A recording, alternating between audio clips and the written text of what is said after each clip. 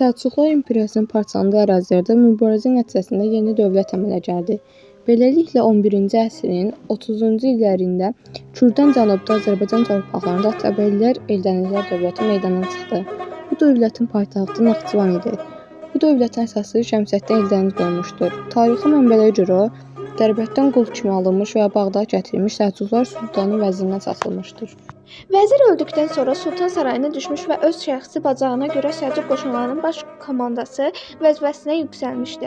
Sultan II. Toğrul ona əmir rütbəsi vermiş və onun oğlu Aslanlı Atabəyi təyin etmişdir. İkinci Toğrul öldükdən sonra qardaşı Məsud 1135-1152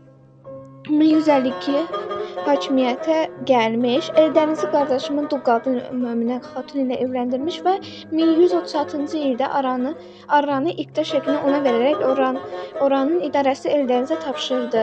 O arvadının şərəfinə Əzəmətin Möminə xatun türbəsini tikdirdi. Eldəniz özünə bəlkəni idarəçi seçdi. Azərbaycan əyanlarının öz tərəfinə çəkib tərəfini möhkəmləndirdi və Eldənizdə Atabəylər dövlətinin və Eldənizlər sülaləsinin əsasını qoymuşdu.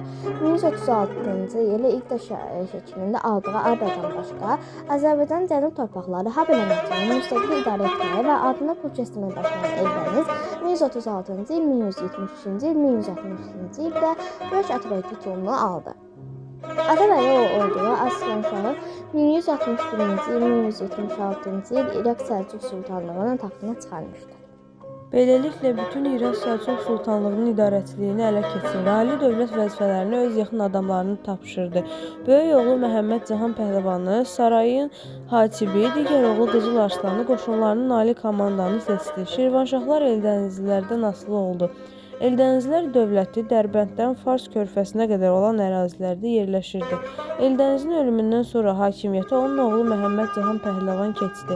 1175-ci ildə paytaxtı Həmədana keçirdi.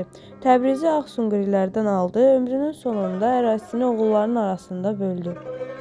Azərbaycan idarəçiliyini oğlu Əbubəkirə tapşırdı. Məhəmməd Cahan Pəhləvandan sonra onun qardaşı Qızıl Arslan 1186-1191-ci illərdə hakimiyyətə keçdi. Saray müxalifətini aradan qaldırmaq üçün qardaşının dul qadını İnanc Xatunla evləndi. 1191-ci ildə iri feodallar İnanc Xatun əli ilə Qızıl Arslana sui-qəsd etdilər. Ondan sonra onun qardaşı, oğlu Əbubəkir 1191-1210-cu illərdə hakimiyyətə keçdi. Əbubəkirin ölümündən sonra gələn Özbəyin 1210-1225 dövründə Eldənizlər dövlətinin süqutu sürətləndi. Ümid edirik ki, videonu bəyəndiniz. İzlədiyiniz üçün təşəkkür edirik.